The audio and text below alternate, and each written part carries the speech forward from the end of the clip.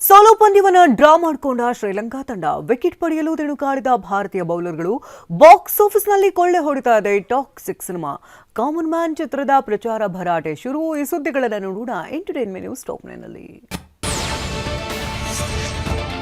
ಕೊಲಂಬೋದಲ್ಲಿ ನಡೆದ ಲಂಕಾ ಮತ್ತು ಭಾರತದ ನಡುವಿನ 2ನೇ ಟೆಸ್ಟ್ ಪಂದ್ಯ ಡ್ರಾದಲ್ಲಿ ಅಂತ್ಯವಾಗಿದೆ. ಫಾಲೋ ಆನ್ ಪಡೆದ ಶ್ರೀಲಂಕಾ 2ನೇ ಇನ್ನಿಂಗ್ಸ್ನಲ್ಲಿ 9 ವಿಕೆಟ್ ನಷ್ಟಕ್ಕೆ 429 ರನ್ ಗಳಿಸಿತು. ಪಸಿಂಧು ಸೂರ್ಯ ಬಂಡಾರ 92 ರನ್ ಗಳಿಸಿದ್ರೆ ಸುನಾಲಾ ದಿನಾಸು 133 ರನ್ ಗಳಿಸಿದ್ರು. ಬಾಲಂಕುಚಿಗಳಾದ ಕೆಸರಾ ನ್ಯೂವಂತ, ಲಹಿರು ಕುಮಾರ ಅತಿ ಹೆಚ್ಚು ಬಾಲ್ಗಳನ್ನ ಫೇಸ್ ಮಾಡಿ ವಿಕೆಟ್ ನೀಡದೆ ಕ್ರೀಸ್ಗೆ ಅಂಟಿಕೊಂಡಿದ್ರು. ವಿಕೆಟ್ ಪಡೆಯುವುದಕ್ಕೆ ಭಾರತೀಯ ಬೌಲರ್ಗಳು ತಿಣುಕಾಡುವಂತಾಯಿತು.